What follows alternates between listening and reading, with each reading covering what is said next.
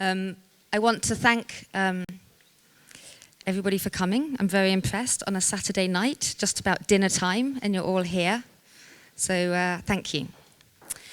So my mission today is to kind of introduce the basic ways that I think about what contemporary curating is. So I'll be talking a little bit about some of the people, the key people who have changed the way that we think about curating. I'll be talking about some of the institutions that have kind of paved the way for transforming the way that curating can actually embed itself in museums and galleries. And I'll also be talking about some of the other conditions that have happened through the 60s up to now that have kind of made curating contemporary. But first I want to, I've got to do this one. First I just want to kind of give you the basics. I've for a long time tried to work out what the lowest common denominator would be if you were to describe what curating is. What's the minimum it can be, and if it's not this, if it's not these things, then it couldn't be curating.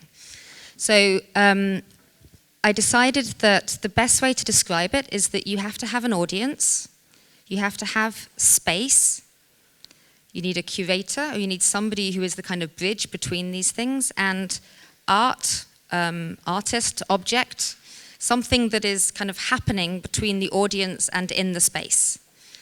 So in very basic terms, curating is the relationship between these things. And this diagram is very bad, but it's supposed to be a pyramid.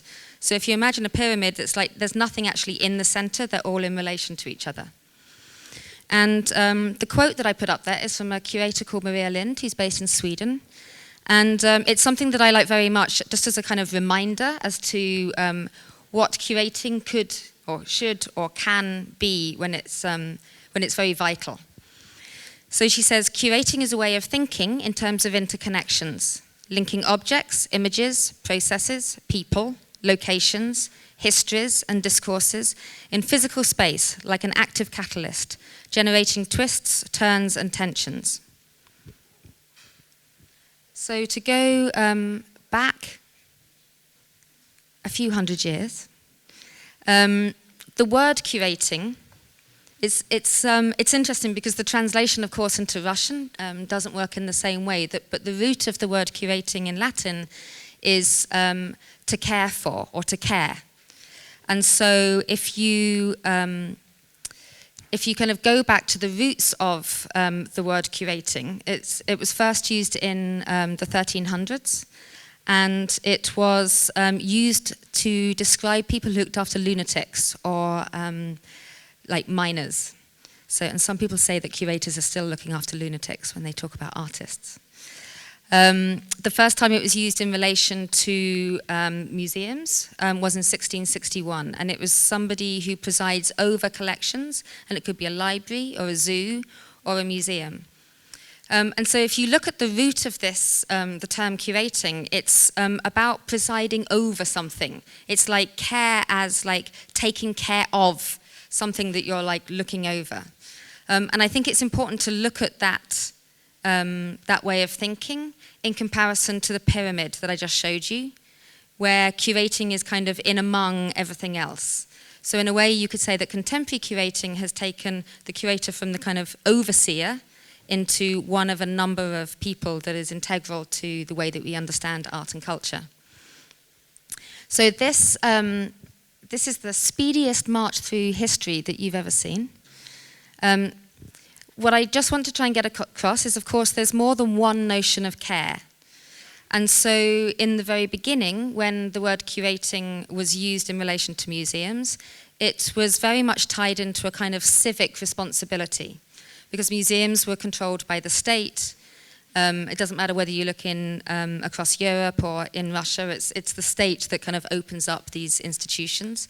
And the idea is that the curator is taking care of the culture for the masses, so that people can actually come and become educated by understanding the collections that the country has been developing. So it's a kind of civic care. There's then a different way of looking at it, and I'm using a couple of examples here. One is the trains in the around the Russian Revolution, that actually the government commissioned artists to make work in the trains that were going out into the regions. Or I'm also showing you the exhibition Entartete Kunst that was on in Germany. And what I want to point to is the idea of taking care of as propaganda. The idea of using art and culture to send a message. And it's a message that is in relation to politics, and it's in relation to what it is that you want to take care of the way that people understand what it is that you're wanting to communicate. And then the third version is the kind of taking care of oneself. And this is the kind of care as a curator that started to develop at the beginning, with Alfred Barr, basically, and the idea of the Museum of Modern Art in 1929. That's one example. Basically, the idea is that in order to be able to go deeper into culture, you need to take care of your own education. And the training for curators as art historians was about giving yourself the opportunity to understand culture better. And by understanding that and becoming a specialist, then you could share the information to other people. So it's taking care of one's own understanding and then sharing it from there. So that's just kind of 3 different perspectives and roughly the kind of time that they start coming into play. Of course, all of these ways of care in relation to curating have continued to this day. Some have been given more emphasis than others in different places, and you could even say that some curators are more interested in one kind than another. I've got too many buttons here. So just to give you a couple of examples of the way that curating kind of developed within the institution. The first I want to bring up is the Museum of Modern Art in New York, which was developed it opened in 1929, and Alfred Barr, as I say, was the first director, aged 27, which is ridiculous. Now, pretty much everybody is like too old to be able to become a director. The interesting thing is that Alfred Barr came to Moscow, or came to Russia in 1927, 26th of December, 1927. And he spent 2 months here. And some of you may know he has a diary that he kept during his time in Moscow. And there's a number of people now that believe that the way that the program is developed at the Museum of Modern Art in the early days and the thinking behind the structure of it actually comes from here. And it's because of the fact that he started to learn about the Museum of Painterly Culture and the notion of a museum for living artists that was being developed here at the time. So this is, I think, a kind of interesting twist to the way that the Museum of Modern Art developed, and we'll be talking more about that in the museum's conference. Just a few points. What's interesting and important to look at is that with Alfred Barr, the development of the idea of art movement started. He was the first person to teach a course on modern art, and he then started to try and map how different movements come together to create the influences towards contemporary art. And he starts to play this out in 1936 with the first exhibition that he does of 5 that are all about art movements that he does over the next couple of years into the early 40s. And the first one is Cubism and abstract art. And what's interesting that he devises this kind of art movement map, but he also shows art in relation to theatre, design, architecture. So he's looking at Cubism and abstract art across all the arts, but he completely separates it from anything to do with the kind of messiness of real life. And this is something that the Museum of Modern Art became known for, the kind of separation of art from life, which over the years artists have kind of battled to kind of claim back, if you like. Just a side note, the Museum of Modern Art also, I think, is interesting because of the fact that it decided that from the very beginning it was going to be international as well as working in New York. And so it started a program of traveling exhibitions in 1952.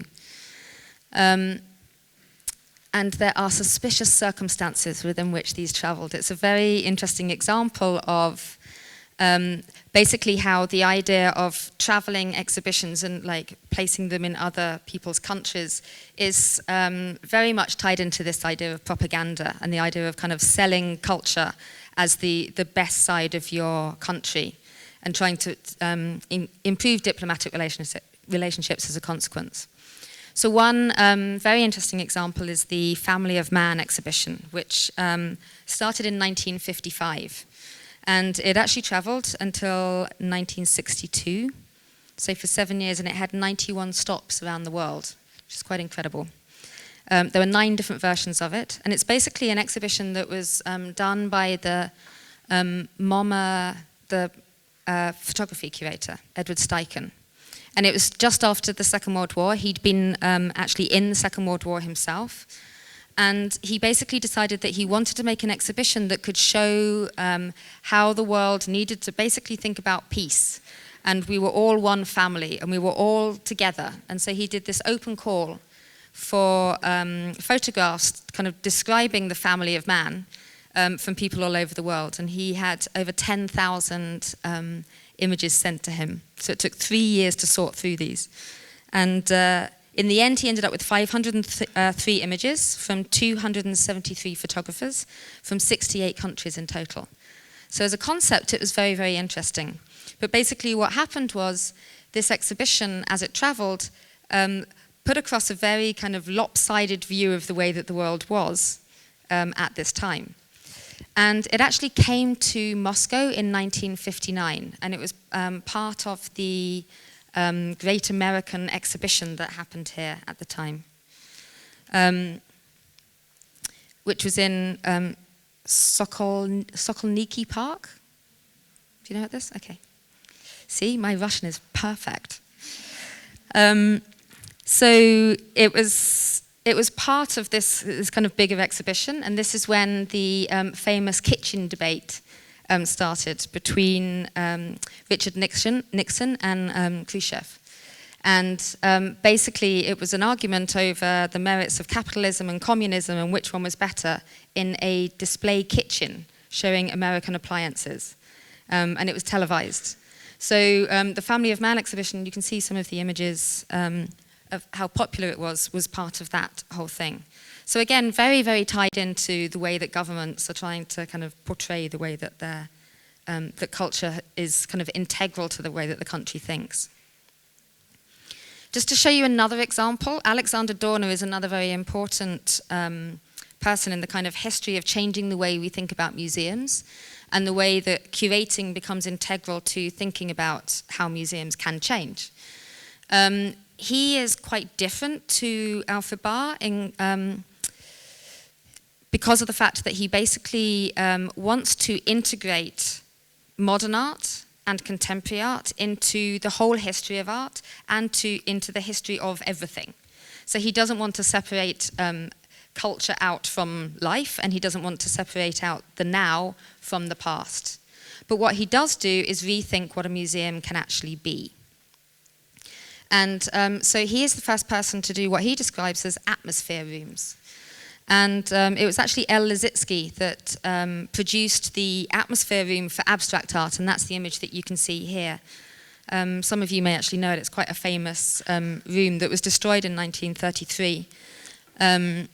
But there have been a number of versions remade of it. This is interesting for a couple of reasons. One, Dorner is somebody who turns to artists and looks to artists for inspiration rather than turning artists into movements and categorizing them, which is what I was describing Barr doing. It's also important because of the fact that he is the first person to start talking about the museum as a laboratory, and the idea of experimentation being something that can happen like through the institution, rather than the institution being the place where everything is fixed and decided and doesn't move. And by thinking through this, it then means that history can actually be flexible as well, and you can go back and start to shift the way that you understand history. That's what's great about this room, because actually some of these panels actually move, and the relationship between images can move. So it's basically kind of starting to try and express the fact that our institutions don't have to fix everything and remain absolute. Jumping forward a very long way, I wanted to turn to Harold Szeemann because he is the first person to claim independence from the institution.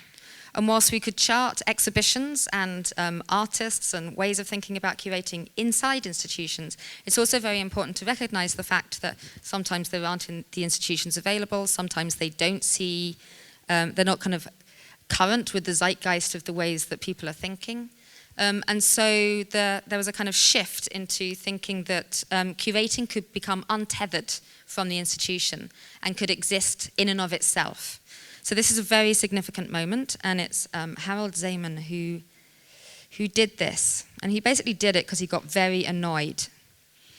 And he got annoyed because he was the director of the Kunsthalle Bern in Switzerland, and he did this exhibition called When Attitudes Become Form, which I'll talk about in a minute. But basically the trustees of the Kunsthalle did not like this one bit. It was very messy. And it was basically the end of a kind of long run-in Harold Szeemann had with the bureaucracy and with the people who took care of the institution long term, because of the fact that they didn't like the way that he was presenting contemporary art. And so he basically resigned from the institution after this exhibition, and he set up the Agency for Intellectual Guest Labour. And so he basically made a claim, and he said that as a curator, he is going to create his own institution, and his institution is him and an agency of people that work with him. So for the rest of his life, even though he worked within a number of different museums and in biennials, he always had his own team, and he always had his own office that grew and grew and grew with an archive. And so basically, he started thinking about curating not as a case of making one exhibition and then making another and then another, but as an ongoing process, and as something that was like a way of thinking. He also actually didn't use the word curator at all because he felt that the word curator was too attached to institutions. So he called himself an exhibition maker and was very specific about what that meant. And I'll read to you the description. He says an exhibition maker is an administrator, an amateur, an author of introductions, a librarian, a manager and accountant, an animator, a conservator, a financier, and a diplomat. So you can see he was very aware of the fact that once you remove the curatorial role from the institution where it has a support structure, you then basically have to take on the support structure yourself. And so you have to become, in effect, a jack of all trades, but you also have to roll up your sleeves and get messy with the rest of them. And this is carried through to today. I think that's a very important trait of the ways that curators think and work today. So when attitudes become form, just quickly, it was an exhibition that he did in 1969, and it's now seen as very important because of the fact that, one, it was one of the earliest attempts of trying to bring artists together from Europe and the United States. And it was a very early exhibition to think of the exhibition space as a studio. So instead of just bringing works, basically, Harold invited as many of the artists as possible to come to Bern and to install their own work. So there was this crazy mess of a process going on running up to the opening, whereby many of the artists were actually there and making the works in situ. And that's why the title is what it is. So it basically kind of shifted the, finally, completely, it shifted the exhibition from being something that was static to something that was kind of in process. There's a number of films and there's a number of stories as to what went on, and the fact that some people faked making the work and they actually brought it in advance, and all sorts of scandals. But it's an exhibition that has had a lot of resonance because of the fact that it's completely shifted the way that we think about how to make an exhibition and the participation of the artist in that process. Another exhibition that was central to his practice and to the way that we think about exhibition making today, and especially biennials today, is Documenta 5, which he produced in 1972. And he was kind of the director general of this exhibition. So he worked with a team of curators and thinkers and administrators, and together they made the whole biennial. Documenta 5 was important because it was the first time that a claim was made that the exhibition was not, it wasn't a 90-day exhibition, it was a 90-day event, i.e. something different would happen on a regular basis and the exhibition would be constantly changing, it would be performative, it would be flexible. So again, this is kind of shifting how we think about what can actually happen and be called an exhibition.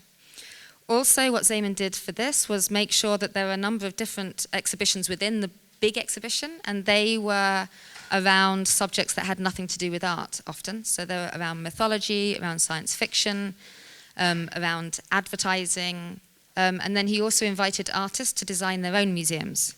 And so there are a number of artists, there's one example here, the Klaus Oldenburg Mouse Museum. There are a number of presentations of artist museums themselves.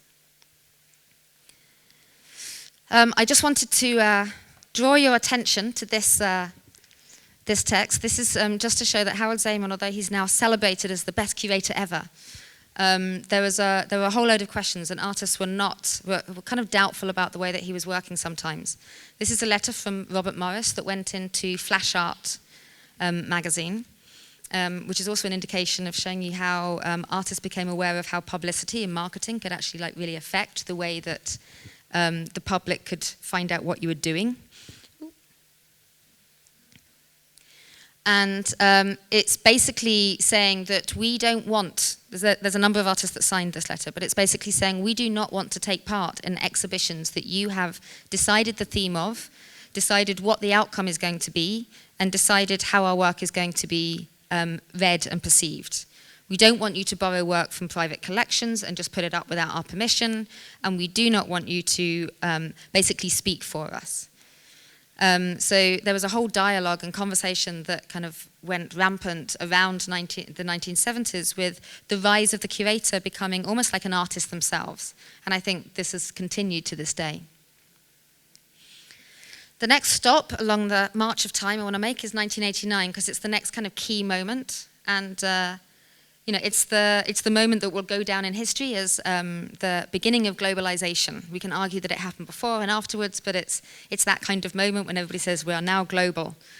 Things have fallen down, things have risen up. There's all sorts of kind of different ways in which we can connect to each other. And in 1991, of course, there was the kind of worldwide spread of the internet, which started in '89, but it was 1991 that email started here and in many, many other places. So Art in America did its first global issue, and it was, interestingly, the first magazine to actually do a global issue. You'd have thought that a more international magazine would have done it, because Art in America is quite, isn't known for being international, put it that way. The curator that you see on the screen is Hu Han Ru, and he's an example of a new generation of curators that started to practice. He is somebody that was born and brought up in Beijing, and he was part of the Tiananmen Square uprisings. And at that time, he then left and went to Paris and basically stayed in Paris and started curating from there rather than in Beijing. And that's when he came into contact with a number of other curators and started to become kind of enmeshed in the international art scene. And this is a story that could be told of many curators of that time. And one of the reasons was this exhibition, Magicians de la Terre, which happened in 1989. It was curated by Jean-Hubert Martin. Some of you may know him because he curated the Moscow Biennial that was on in Garage in, I can't remember the date, 2006? No, be later than that. Anyway, this exhibition was 3 years in the making, and Jean-Hubert Martin, from the very beginning, claimed that this was going to be the first ever global exhibition. And by that he meant truly international, not thinking about this kind of US, United States, European axis. He wanted to look beyond this and like as far away from this kind of center as possible. So he basically selected 50 artists from Europe and the United States, that was looking as far away as possible, and 50 artists from the rest of the world. There was one Russian, Ilya Kabakov, and Jean-Hubert Martin actually curated Kabakov's first exhibition as well, which was in 1985, internationally. So what he also wanted to do was remove it from any politics. He didn't want it to be involved in all this kind of the mechanisms of politics that were rampant at the time.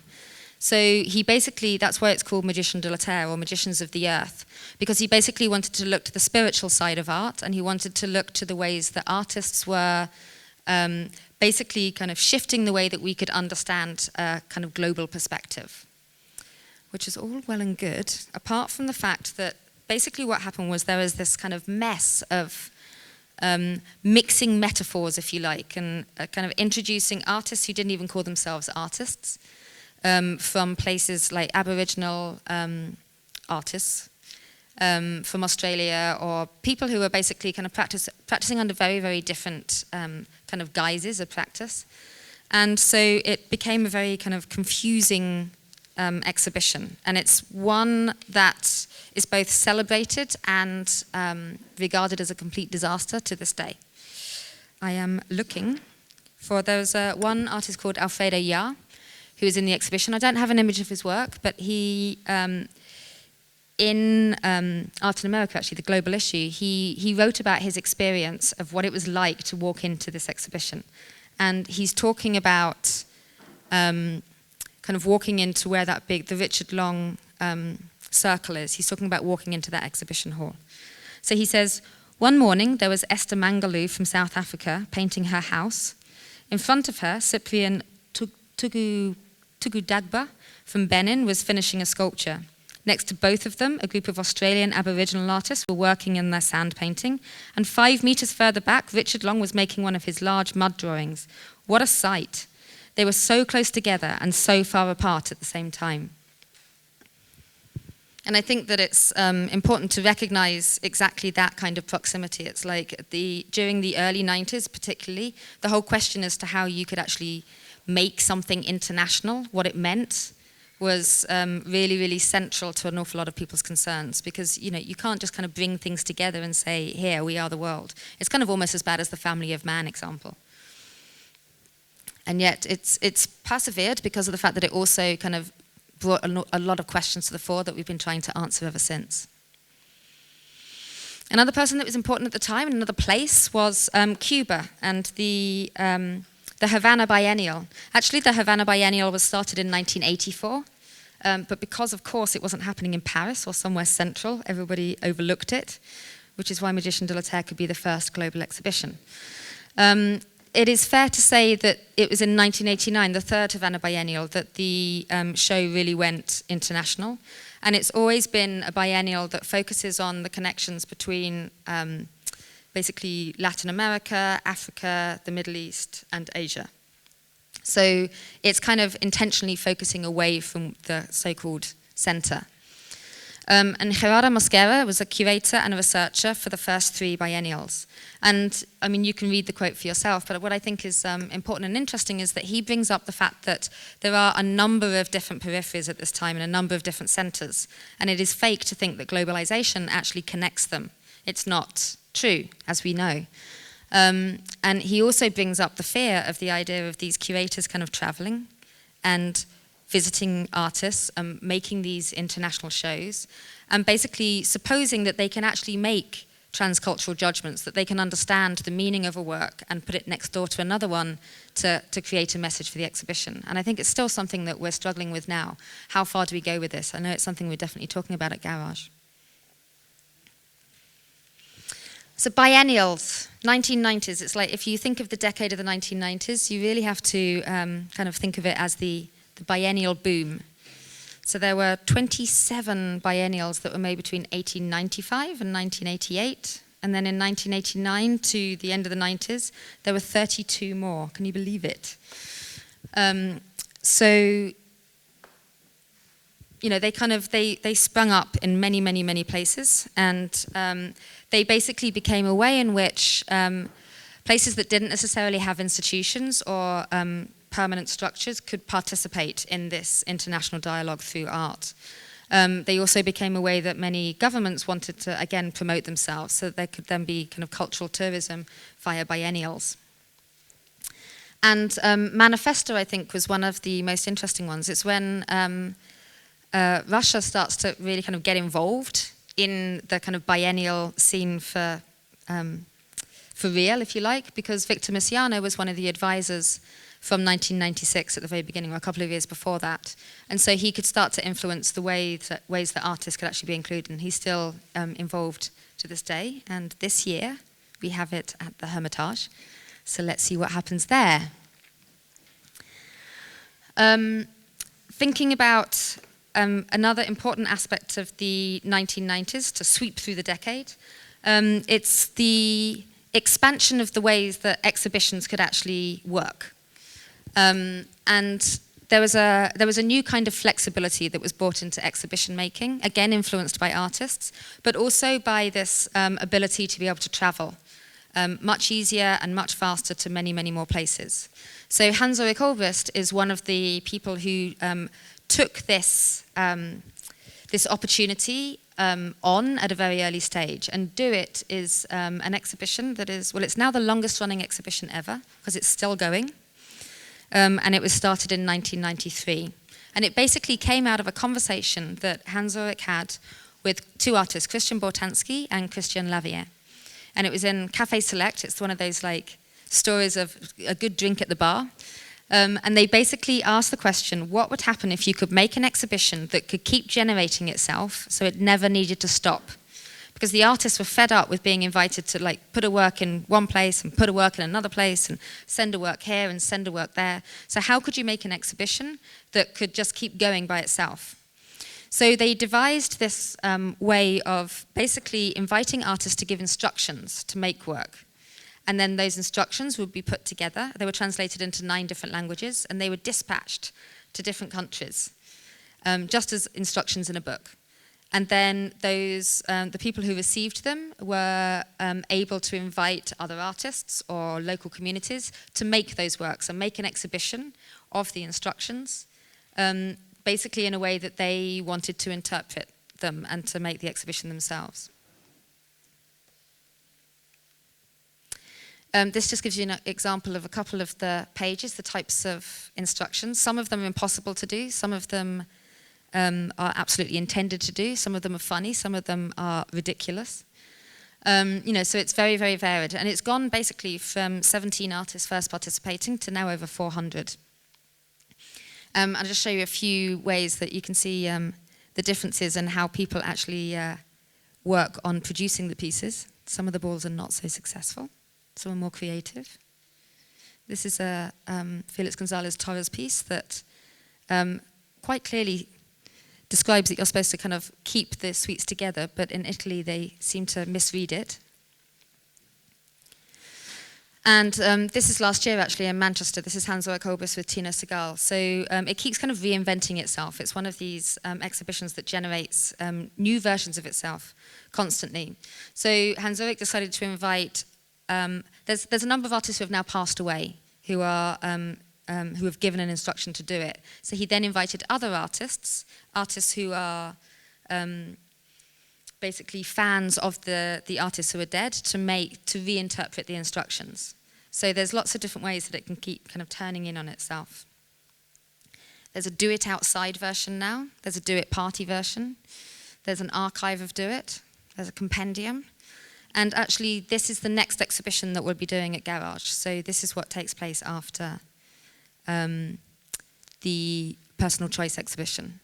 So watch out, because you may be asked to do an instruction. In fact, you're doing one, no. One other way of thinking about exhibition making now that's very important is this notion of exhibition histories and kind of starting to look into what do we do to start to record all these things that happen through exhibitions and through institutions. Because we have this thing called the history of art, but it looks at individual works and the stories behind individual works and movements. How do you talk about the history of exhibitions?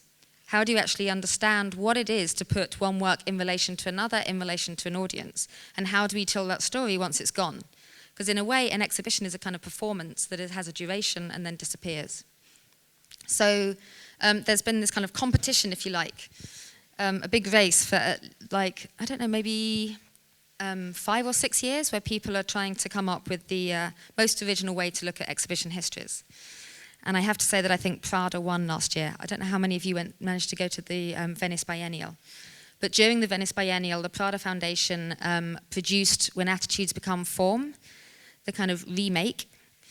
And it was Germano Chalant, Rem Koolhaas and Thomas Demand that collaborated together to rethink or kind of re-look at When Attitudes Become Form. And they did it in this palace, and they literally took the whole of the floor plan of the Kunsthalle Bern, where it first happened, and superimposed it over the palace, and then borrowed as many of the original works as possible, and tried to put them in exactly the places that they would have been in that floor plan, which is crushed into the palace. So you have this kind of mashup, if you like, where the now of the moment that you're walking through, with the deep past of the palace that you're walking through, with the floor plan of the exhibition and some of the original works. However, some of the works did not exist anymore, and so they did this kind of dead body thing, where they put kind of dots on the floor to basically kind of show where it would be, and then a photograph of the work beside it. The image, I'm kind of showing you the historic image and some of the contemporary image, so the bottom and the right one are the contemporary images that I took whilst I was there. This is another example. This is the big image is the historical work. And then I'm kind of showing you what happened underneath. And it's fascinating because, so they reproduced the floor exactly as this kind of big photograph. So this was Thomas Demand's. He kind of looked very much into the details. Things like the kind of splatter that you can see. Is this a pointer? There's a kind of, the splatter piece at the bottom of that corner, the Richard Serra piece. They didn't reproduce that because it was they didn't want to basically like make the gesture that an artist had made to make a work. Some of the works were too fragile, and so they didn't exist anymore, or they couldn't travel. But some of the works could. So you had this kind of weird absence and presence at the same time as you were walking through the show.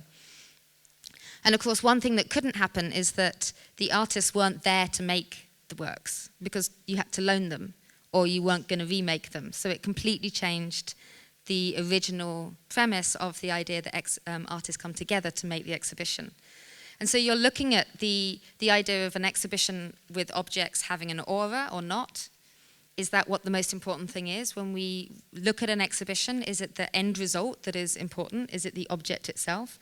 Is it the process that is making the exhibition that's important? Is it the artists and their acts? Like, what is it? And this exhibition basically gave you a complete headache if you wanted to think about any of those things, because it put them all together in one and kind of left it up to your own devices to work out if you could come out alive.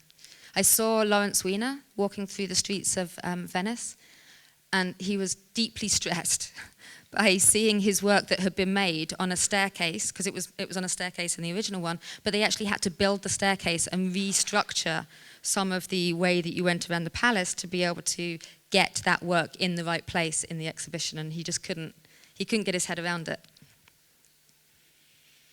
So just to kind of look back at that triangle, or the pyramid that I was talking about in the first instance, the words that I would like to add to kind of go to the next stage are the word generative, because I think if we think about contemporary curating, we need to understand the fact that anything that we do has to generate something else. It's like curating is no longer kind of the presiding over things. It's about making sure that something actually kind of is set in motion, if you like, and it's as much the audience and as much the kind of the act of exhibition making that is going to change it as anything else. And it's also extremely important to think about geography and duration, time. Because as you can see from all the examples, it's like without these two, you've got something that's very, very flat, and you can start to play with these kind of contexts and with the speed at which you're making an exhibition to kind of think again about curating. Are you bored yet? Everybody's very quiet.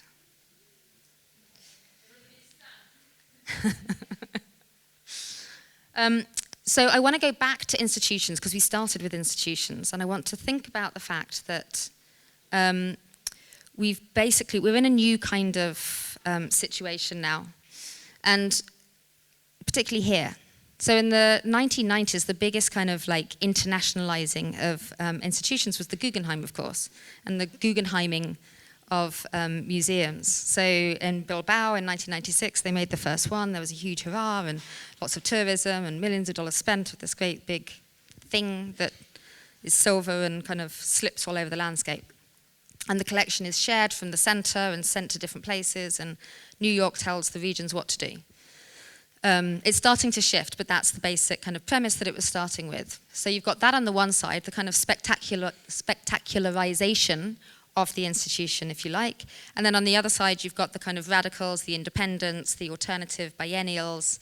And so we're now in the 2000s, in particular, it was the case of like, how do we bring this back together and actually, start to think about making institutions that make sense of all this stuff that we've just gone through in the last few years, in thinking about what curating is, thinking about how artists make work, thinking about what's needed for our institutions. So there was this, in the beginning of 2000s, there was this movement called New Institutionalism, which lasted a whole 4 years. So don't bother to write it down. But it was important insofar as basically what it constituted was a number of curators, like Maria Lind, for example, who had been a curator in an institution, left, been invited to do a whole load of biennials all over the world, Hu Hanru, Hans-Erik Obrist, all these people have been spinning around the world really, really fast, doing lots of shows, and then they grew up and they wanted to work in institutions and they wanted to travel less and they wanted families or they wanted some stability. So they didn't want to go back in as curators because they wanted to kind of take their knowledge and turn it into a whole institution, bringing the kind of curatorial terms into institution making. So this was New Institutionalism, and it's a term that's actually taken from the social sciences. And it's one that basically means to kind of look at how an institution affects human behavior and to use that as the starting point for how you put that institution together. What it meant in practical terms is that it was a kind of flattening out of everything. So exhibitions were no longer the most important thing. They weren't the center, nor the collections. Education was equally important, research was equally important, audiences could participate in decision making, openings weren't the be-all and end-all. People could do events throughout the whole duration of the exhibition. Sometimes there were closings. So it was about kind of flattening out the hierarchy, as I say, of the way that an institution works and thinking very much more about how it kind of impacts the ways that we feel, think, and kind of grow. These examples are all, it started first in the kind of smaller scale institutions, the Kunsthalles, particularly in Germany and across Europe, where there was lots of European funding that could go into this. And then the funding got fed up with the fact that it was all a bit messy and so often pulled out. The two examples at the bottom are the Van Arber Museum and the Museum in Ljubljana, which is the Museum of Contemporary Art in Ljubljana. And these two are kind of full-blown institutions with collections. The Van Arber is in Eindhoven. And they are still kind of operating under this notion of kind of flattening out the structure. Lots of stories to tell you about what they're doing, but for another time. And then the most recent example is where we come in, where we're sitting now comes in. Because it's the second half of the 2000s, when there's suddenly this, what I kind of call privately funded, publicly minded institutions that start to develop. And they are developing in places that have very little independent infrastructure. So here, for example, there are a number of state institutions, but it was at the beginning of the 2000s and mostly the mid-2000s that there were a number of institutions that developed here in private hands. The Ekaterina Foundation, the Stella Foundation, And Garage in 2008 was one of them, that then kind of grew to starting to think about what a full-blown institution would be. Some of the other examples that I've got up here are the Ulan Center for Contemporary Art in Beijing, which also started in 2008. The one at the top left is in your team in Belo Horizonte in Brazil, which is incredible. Go there if you can. It's in the middle of a jungle. And then at the bottom on the left is the Raw Material Company in Dakar in Senegal. And on the bottom right, it's a place called San Art in Vietnam. The bottom two are much, much smaller scale. And they are funded by multiple sources, as you can imagine, because they're in places where there is literally no infrastructure to be able to support this kind of endeavor. But they've been going for a number of years now. What's interesting about all these institutions, if we go back to biennials, is that there came a time in the mid-2000s when I think it was just really important to create stability in places that had a kind of an opportunity to be a place for independent thinking. And the reason why is because when you think about biennials, say let's take the Moscow Biennial. If you think about that, it was a platform from 2006 that enabled the world to think about Moscow for 3 months, 5 months, no, not 5 weeks. So it basically puts a place and artists on the international platform temporarily, and that kind of moves around the world.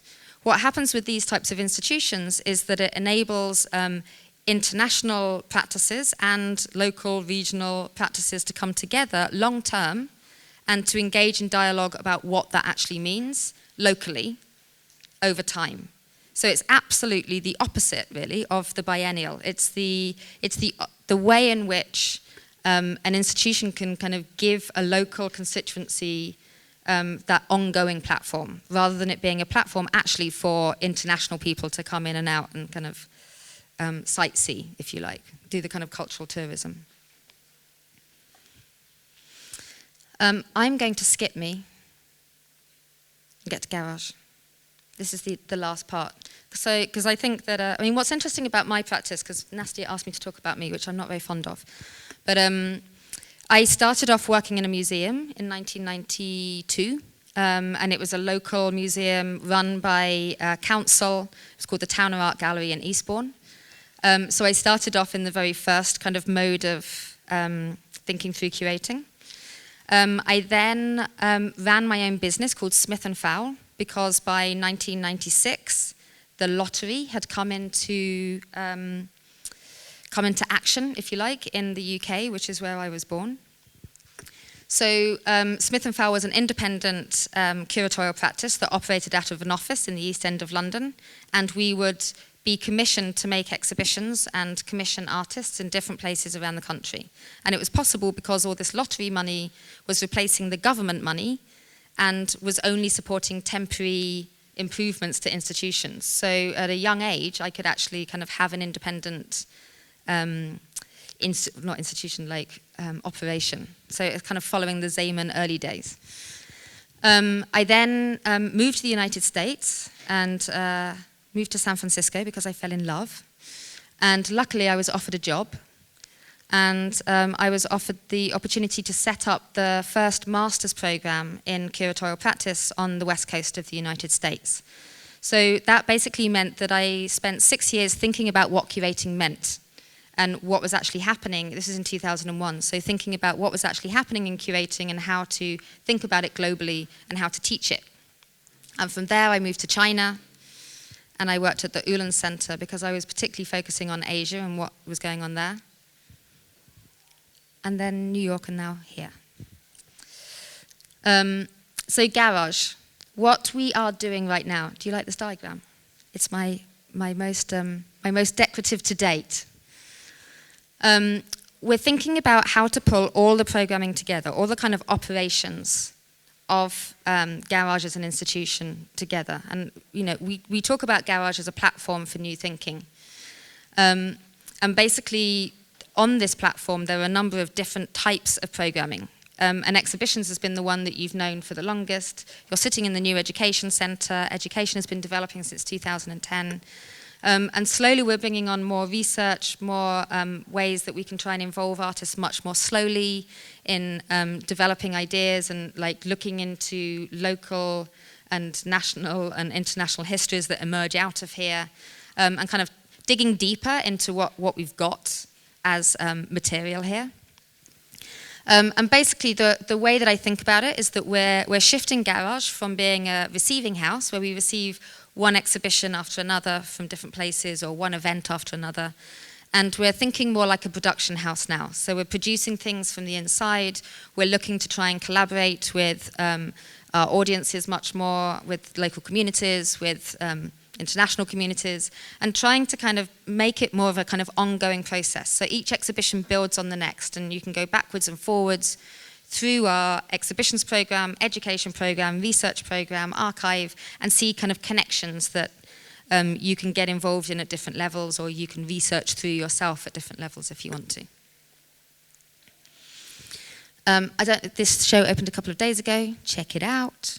It's one of the kind of examples. We've invited 22 collectors from Moscow originally from Moscow, to lend one work from their private collection because we wanted to find out what they've got. It's very interesting that you don't know what many, many people around you actually have in their collections. So generously, they have all lent one work that they want to kind of make public and think about in terms of a public perception. And then we have interviewed them and basically kind of found out what their motivations for collecting. And this is extremely important because to think about the ecology of any kind of art community, there are many integral parts, and collectors are one of them, and the ways in which collectors can actually start to support artists and support institutions is also extremely important. I mean, patronage for artists, for institutions has been kind of the backbone for a very long time for many, many institutions. I don't know if any of you managed to come, but we made a conference, the first conference in the gallery space. So rethinking what the gallery space is actually for. Can it just be for having discussions, for talking? Can you kind of stage debate as something that people can come and go from over time? Interesting outcome. Reconstruction 2 is on at the moment. We've started to think through how we can animate the archive that we've been building since 2012. And this archive, for those of you that don't know, is based on the history of Russian contemporary art. So it really focuses from the 1990s forwards, supported by material from the 50s, 60s, 70s, 80s by artists, and avant-garde. And so basically we've been producing books. The second book is just coming out, and collaborating with the Ekaterina Foundation and Elena Selena for making exhibitions and kind of rethinking or relooking at what the 90s actually meant, because it's a period of time here that is just starting to be thought about. For those of you that are getting itchy, I've got like one more slide, and then I promise I'll shut up. And then, so Garage Research is another kind of new program. This is the newest one. We started it last year. And it's called Field Research. And it's basically finding a way to invite practitioners who have some kind of special interest in what's going on here and support them in that research. Trying to find different ways of actually understanding what constitutes this city and this country. So for example, there's a woman called Koyo Kuo, who is the founding director of the raw material company that you saw in one of the last slides in Dakar.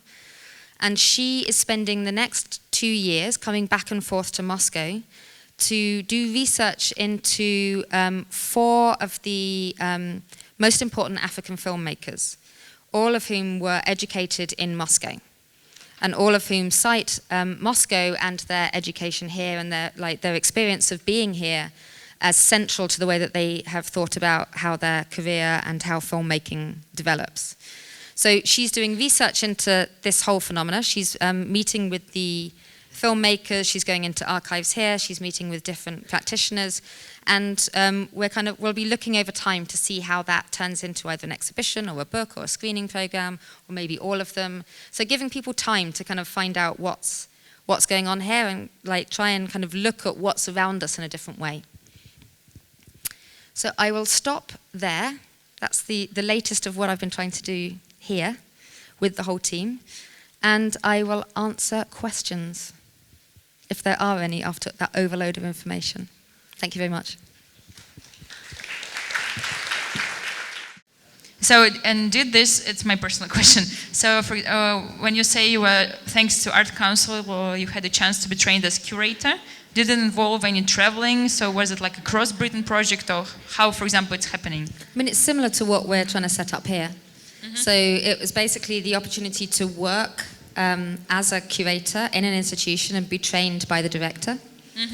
And then I was sent off on 4 different training programs for 1 week at a time, and they would do things like personnel management for 1 week. They would lock you in a hotel, and you had to learn how to manage people. Or you had to do like marketing and PR, and then they put you in front of a television and they made you like present something and then showed you how terrible you looked whilst you were doing it. And so you trained not to do what I'm doing now and had to sit on your hands so you didn't wave them around and things like that. I see. So the question is whether it's important to, whether it's definitive to have an art historian education, or if there is any education which is definitive for profession of curator, or it's just inside wish, inside feeling and intuition and your really idea that you are a curator and that you want it. What is you think is more important? A number of options. There are now specific curating programs, masters in curating, that you can go to. There are short course training programs. Some people say you can't learn to be a curator because it is about instinct and it's about building relationships and communication. I think that it's possible to teach people the kind of thing that I've been talking about today, so that you can see different models and examples, and I think that it's interesting to learn that so you don't reinvent the wheel every time you try and make an exhibition.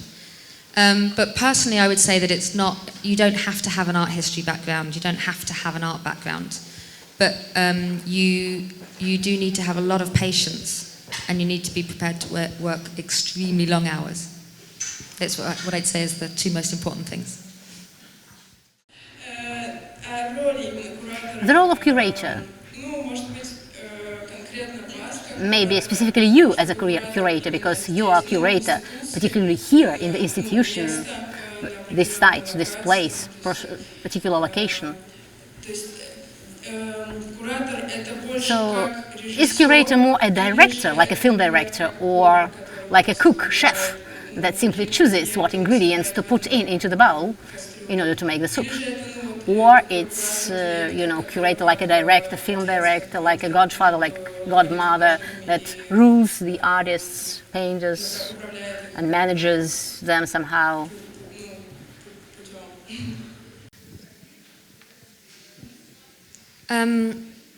We could argue all night about the final definition, but for me personally, the role of the curator is this triangle that I was talking about, the pyramid, because it's about working between things and bridging relationships. It's about communicating, like finding ways to communicate between audiences. You need to understand space. You need to understand how to activate it, because there's a way you can feel when you walk into an exhibition and you can feel the space. You can feel the dynamics between works. It makes such a difference. You need to spend time visiting artists, doing studio visits, reading about them over and over and over again, because just what you knew to make one exhibition 2 years ago, the artist makes new work and you can't just forget them because you showed one work and that's it. So it's this kind of ongoing, for me it's an ongoing process of kind of connecting between audiences, artists and space. I have a question. You, being a curator, are there any projects or maybe exhibitions where you wouldn't like to work with, you wouldn't get into it? Are there anything that distracts you, maybe that you wouldn't try to exhibit or participate or somehow deal with them? Thank you. My pet peeve at the moment? What, maybe it's not interesting for you, or maybe some other reasons for refusal from your side. The big thing that my pet peeve at the moment is people who keep sending us material because they want to show their country here. or they wonder if we'd like to, we the little people would like to see what it's like in America, or what it's like in, these types of exhibitions that are very much about kind of dispatching culture to different places. And I really don't like that kind of exhibition where it's very didactic and it's sending you a message. It's not really anything to do with the artists or the ways that the artists are thinking. It's this kind of, so that's the kinds of exhibitions I really don't like. Kate, thank you very much for very interesting ideas. My question is about your position. Is it possible to establish, build up successful career as a curator, independent curator, without belonging to a particular gallery, particular space? Or sooner or later, the career will always finish up with certain institution which you are to be coped with? It comes down to money, doesn't it? So there's two things. One, actually, I don't really believe in the word independent, because I think as a curator it's impossible to be independent, because you're dependent on artists, you're dependent on having a space to do something in. So I think of it more like interdependent, because you're kind of, if you're working by yourself and not for an institution, you're dependent on between lots of things. I think it's possible to do it. I think that many people who do it are closer to artists, because you're basically struggling to you can't really make a living on making one show and then making the next show. You need to do some writing, you need to do some teaching, so it's more the way that an artist actually tries to so it's kind of closer to that. And it's not impossible, it's just a very different process. I actually quite enjoy it, but it's one of those things where I also love institutions. And I love kind of working, like the idea of putting everything together and kind of thinking of the whole institution rather than just one exhibition is something that excites me.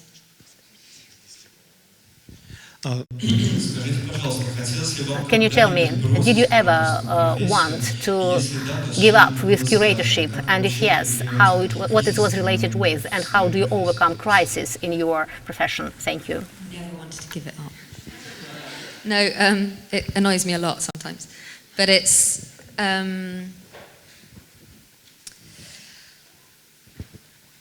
patience. That's what I was saying before. It's like it's one of those things where it's extremely rewarding to be able to look back over 25 years and kind of see what's happened, 23 years, and see the ways that some of my thinking now is actually really grown out of some of the first shows that I was doing. And so, again, it goes back to the fact that I trained as an artist, I think does relate to the way that I think of myself as a curator. It's not really a kind of choice. It's not like a job that I put on in the morning and then like let go of at night. I kind of live it. And so therefore, even if I get really frustrated and annoyed, I've got to find a way to deal with it rather than walk away from it. Because if I try and walk away from it, I tried to walk away from it when I fell in love. I thought I'd just be like a hippie in California, and it didn't work. So. Good evening. Thank you very much for your presentation. It was very interesting. I have a question. Do you think that art market is saturated with curators professionals? Is there any demand for people of this profession? Or there are so many of us today, or let's say oversaturation, there are too many people who try to get there and cannot find jobs, find positions due to objective reasons? Thank you very much. Yeah, it's a good question, because especially with all these curating programs and, with the rise of the curator being so cool, it's, where are all the jobs? I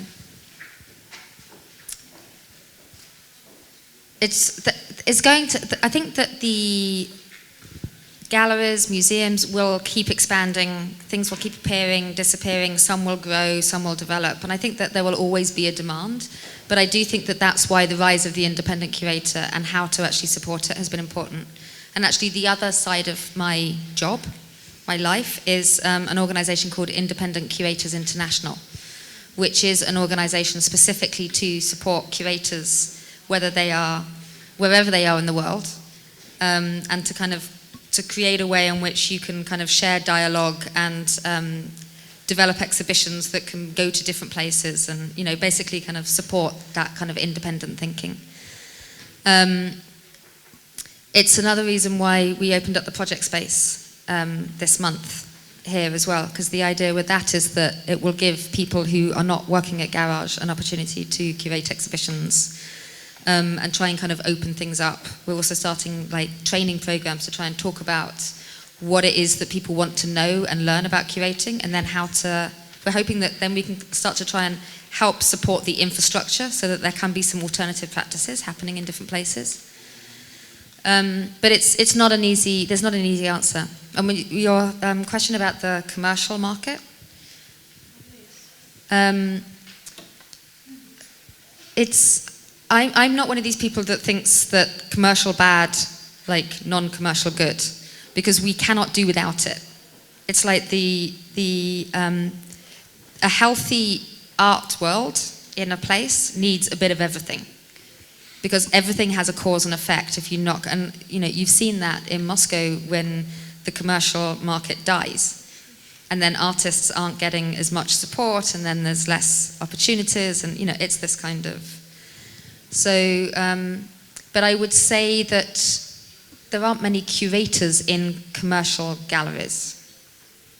I think that, I mean, there's a number of curators that have gone into commercial galleries because they can get paid lots of money, but they're not necessarily given the opportunity to curate. They're just good at looking after artists. So they do the looking after the artist bits, and then other people sell the work.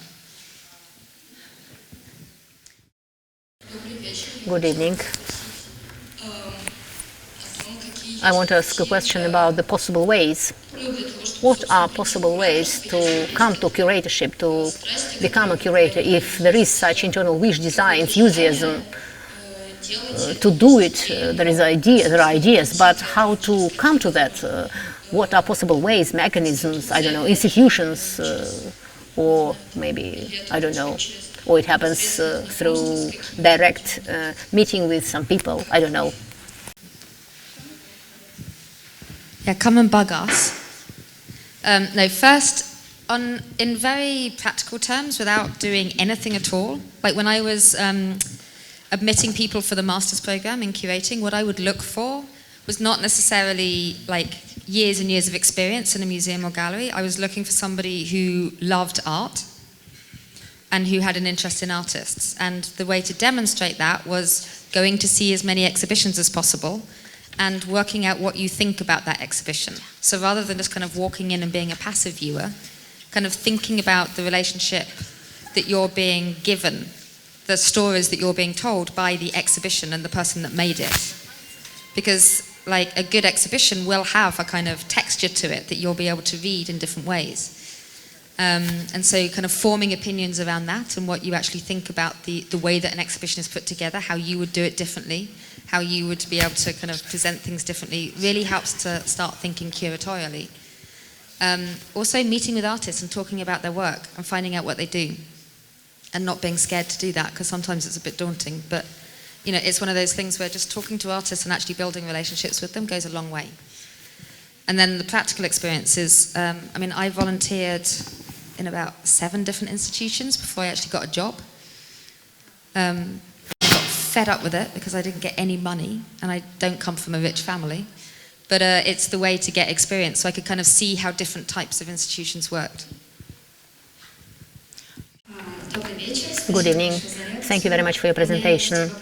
I have a question that I love to ask everybody whose opinion is important to me. Could you give me a recommendation, one or several books that you read, you think they're important, they're worth reading to be read by everybody? It could be books about curatorship, maybe some, any sort of literature. Your recommendations. Thank you.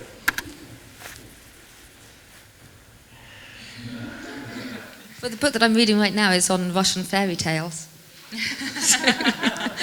And then I've got a pile of books beside my bed that are like the ones that don't get read at night, because the fairy tales are much more interesting. I'll have to, like, I can give you some later, but right now, I've got about 25,000 in my head all at once, but they're pretty boring unless you're a nerd, because they're things like the intellectual planning of the Museum of Modern Art or NSK in Moscow. So. Good evening. Are there any ethical codes, ethical norms for the curators? What is allowed, what is not allowed, what is possible, what is not possible? This is the kind of question we were asking in the conference around ethics and performance. And I would say that it's not to do with what is allowed and what isn't allowed. I would say that ethics for me is about the way that you personally conduct yourself through everything, not just through curating. And so I think that you set yourself standards and you set yourself kind of parameters through which you're willing to work, and then you check in with yourself as often as possible and make sure that you're not contradicting what your belief system is with those ethics. So, I mean, honestly, it would take a longer conversation to say specifically what the ethics are, but one of the biggest conversations that I have had around this topic is to do with where you get funding from. For example, when Attitudes Become Form, the biggest sponsor, the only reason why it was possible is because Philip Morris, the cigarette company, completely or pretty much 100% funded the exhibition. And there was a lot of TV coverage and an awful lot of marketing and you'll see all the artists are smoking in the exhibition hall when they're making the work, and it's like, you know, and there's a lot of questions. It's like, do you accept that kind of money? Are you willing, you know, where are your limitations? What are you prepared to accept in order to get what it is that you want?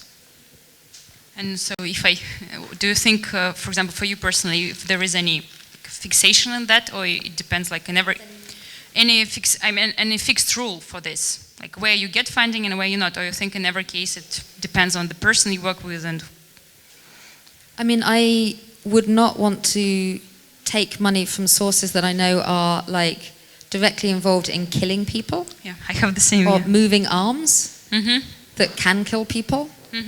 But what's interesting is that these values, it's like, again, it falls back into the kind of private or the collectors or the this, that, and the other. It's like, basically, the whole art world is based on money that is going to be dirty in some way or other, somewhere along the line. The question is, how dirty?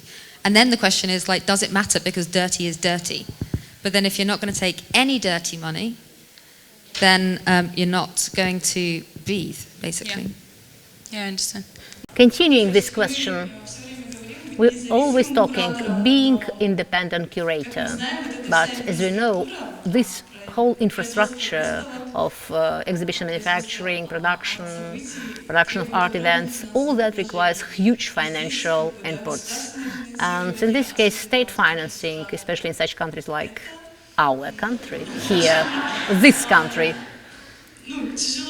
it would be, I would say, difficult, simply saying. Then there could be some money from the sponsors, as you just mentioned, dirty money, you know.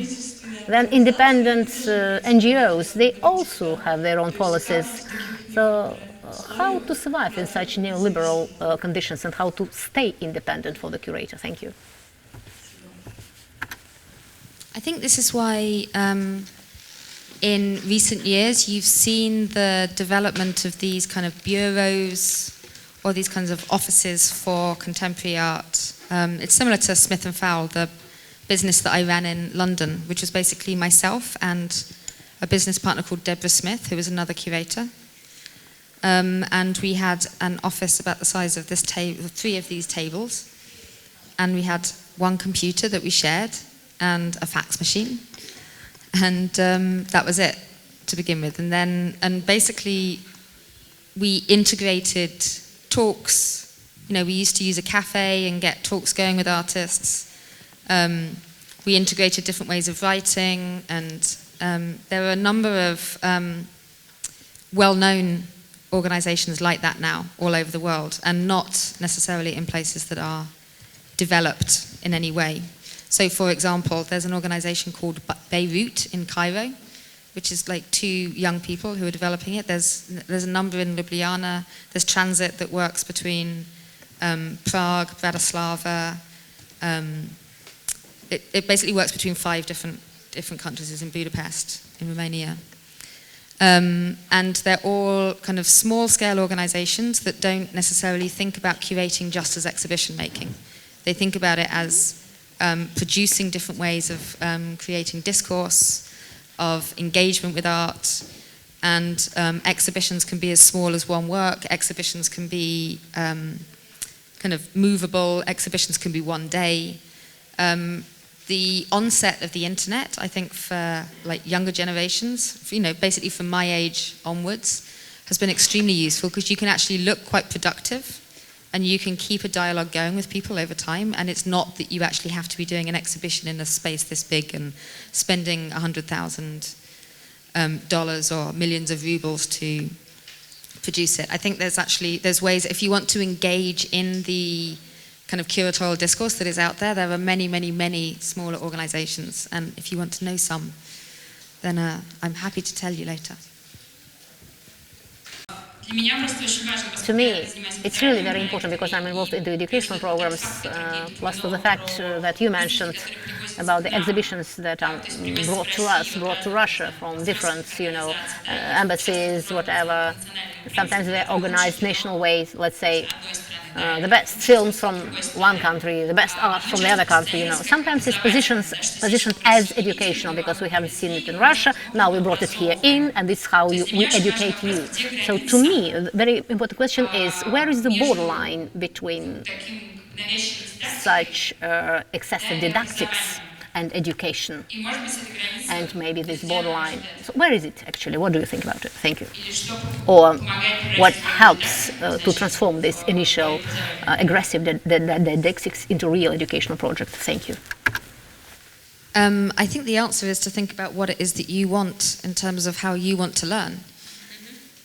Because the beauty of education, learning, pedagogical programs in informal institutions like an art museum, rather than through the school or the university system, is that it is not your job to, or it's not our job to provide the foundational education, although sometimes actually museums have had to because it's been lacking in schools. But so in that way, it's about trying to think about this kind of interconnectedness in the same way that you think about interconnectedness between artworks in an exhibition.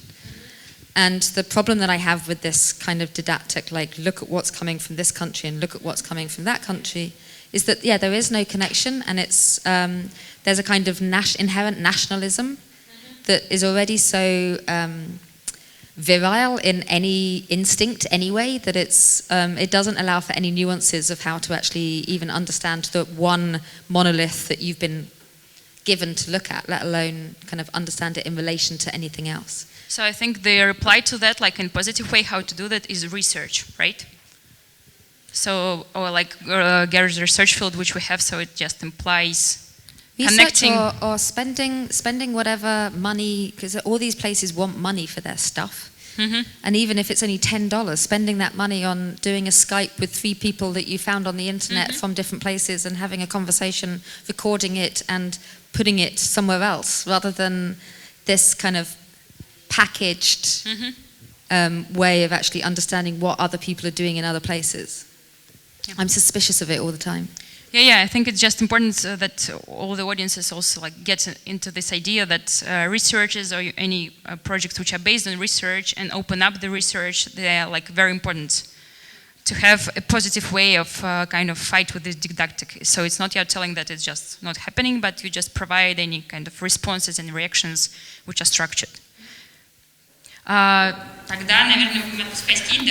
probably we should say thank you very much to Kate.